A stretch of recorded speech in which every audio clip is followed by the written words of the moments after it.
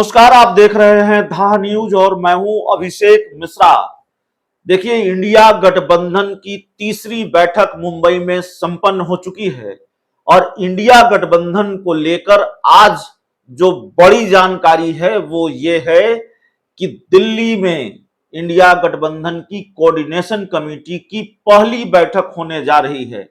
Coordination committee की पहली बैठक अहम क्यों है और इंडिया गठबंधन की पहली बैठक की ये खबर महत्वपूर्ण क्यों है आपके लिए, वो हम आपको बताने जा रहे हैं।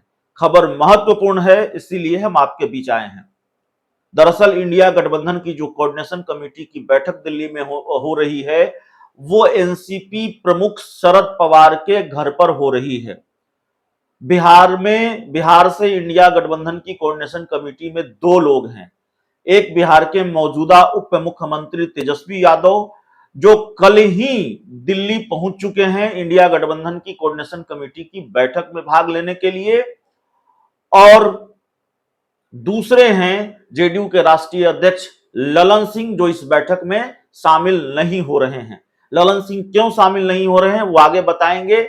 ललन सिंह और तेजस्वी यादव दोनों बिहार से इंडिया गठबंधन की कोऑर्डिनेशन कमेटी में शामिल हैं। अब इंडिया गठबंधन की बैठक, कोऑर्डिनेशन कमेटी की ये बैठक इतनी महत्वपूर्ण क्यों है?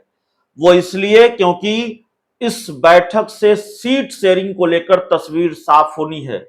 इस बैठक से सीटों को लेकर बंटवारा कैसे होगा, सीट शेयरिंग का फार्मूला कैसे होगा राज्यवार, संभव है कि ये सस्पेंस खत्म हो या इसको लेकर कोई बड़ी जानकारी निकलकर सामने आए। क्योंकि इंडिया गठबंधन में अगर सबसे ज्यादा किसी चीज की चर्चा है तो वो सीट शेयरिंग की है।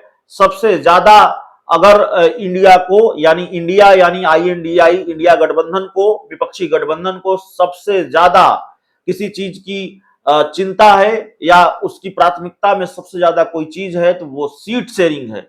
सीटों का मसला कैसे सुलझाया जाए, बिहार के बारे में तो हम आपको लगातार बताते रहे हैं क्या क्या पेचीदगियां हैं इंडिया गठबंधन के अंदर। इन्हीं पेचीदगियों को सुलझाने की कोशिश, इन्हीं पेचीदगियों को सुलझाने की कवायद जारी है। और इंडिया गठबंधन की जो कोऑर्डिनेशन कमेटी की बैठक होनी है, उस बैठक में इन पर बात होगी, चर्चा होगी। बिहार का ये पेच कैसे सुलझेगा, राज्यवार सीटों को जो बंटवारे हैं और दूसरे राज्यों में अगर कुछ पेचीदगी है उसको कैसे सुलझाया जाएगा।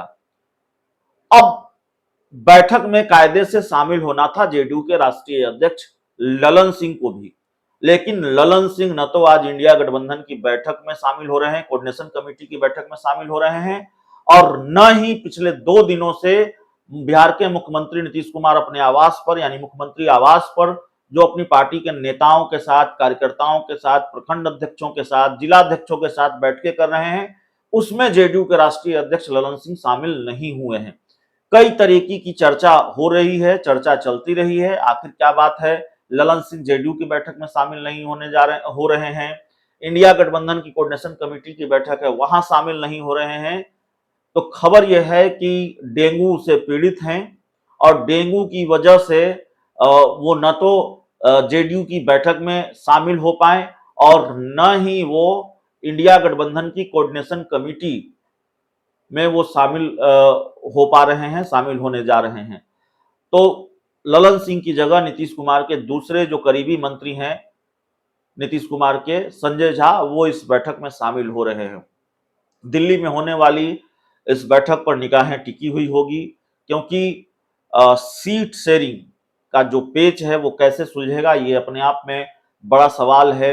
एक बृहद तौर पर, मुकम्मल तौर पर एक गठबंधन बनाने की कोशिश बीजेपी के खिलाफ, अब इसमें कितनी सफलता मिलेगी, परिणामों के लिहाज से ये गठबंधन कितना सफल होगा वो तो 2024 के चुनाव नतीजे बताएंगे।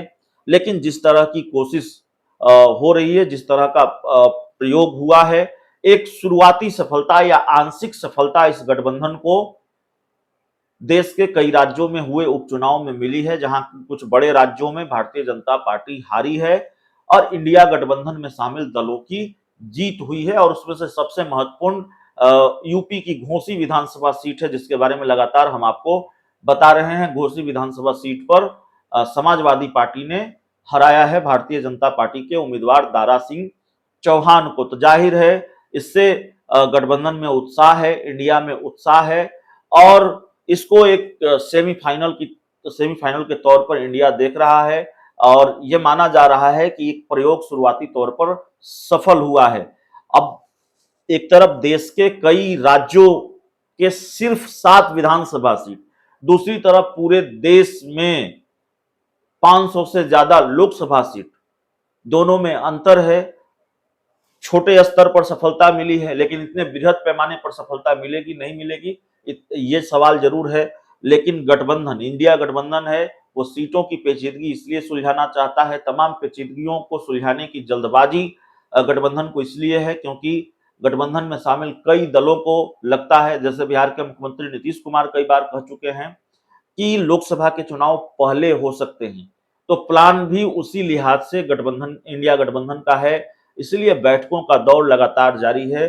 गठबंधन की तीसरी बैठक 3 बैठकें हो चुकी हैं, पटना, बेंगलोर और मुंबई में, और कोऑर्डिनेशन कमेटी की पहली बैठक होनी है दिल्ली में, हो रही है। कोऑर्डिनेशन कमेटी की पहली बैठक दिल्ली में हो रही है, शरद पवार के घर पर यह बैठक हो रही है, जिसमें ललन सिंह शामिल नहीं हुए हैं। नीतीश कुमार के करीबी मंत्री इस बैठक में संजय झा शामिल हो रहे हैं। तो बड़ी खबर है, बड़ी जानकारी है। इंडिया गठबंधन की कोऑर्डिनेशन कमेटी की बैठक को लेकर वादा है, अपडेट आपको रखेंगे, बताएंगे इस बैठक से क्या निकलकर सामने आया। कुछ जानकारी सूत्रों के हवाले से आएगी, वो भी आपके सामने रखेंगे। सीटों का पेच कहां तक सुलझता हुआ नजर आ रहा है और खासकर बिहार की 40 लोकसभा सीटों में से इंडिया गठबंधन के अंदर ये पेच कैसे सुलझेगा, किस तरीके से जेडीयू, आरजेडी, कांग्रेस, वाम दल के बीच सीटों को लेकर समझौता होगा और क्या आज इंडिया गठबंधन की जो कोऑर्डिनेशन कमेटी की बैठक हो रही है उसमें बिहार को लेकर खास चर्चा होने वाली है। बिहार में सीटों के पेच सुलझाने को लेकर एक विस्तृत चर्चा इस बैठक में होने वाली है और बिहार को लेकर भी कुछ बड़ा इंडिया गठबंधन की कोऑर्डिनेशन कमेटी की बैठक से निकलकर सामने आने वाला है। इन सब चीजों पर हमारी नजर रहेगी क्योंकि नीतीश कुमार ने और देश के दूसरे बड़े नेताओं ने ये कहकर हलचल तेज कर दी है कि देश में लोकसभा के चुनाव पहले हो सकते हैं और तैयार रहना चाहिए। और नीतीश कुमार और तेजस्वी यादव जब अपनी पार्टी के नेताओं के साथ बैठकें दर बैठकें कर रहे हैं तो वो अपनी पार्टी के नेताओं को यह भी बता रहे हैं कि चुनाव के लिए तैयार रहें, कभी भी लोकसभा का चुनाव हो सकता है। तो इस खबर में इतना ही। अगर आपने अब तक हमारे चैनल को सब्सक्राइब नहीं किया है तो कर लीजिए और अगर आप हमारे ये वीडियो हमारे फेसबुक पेज पर देख रहे हैं तो उसको फॉलो जरूर कीजिए।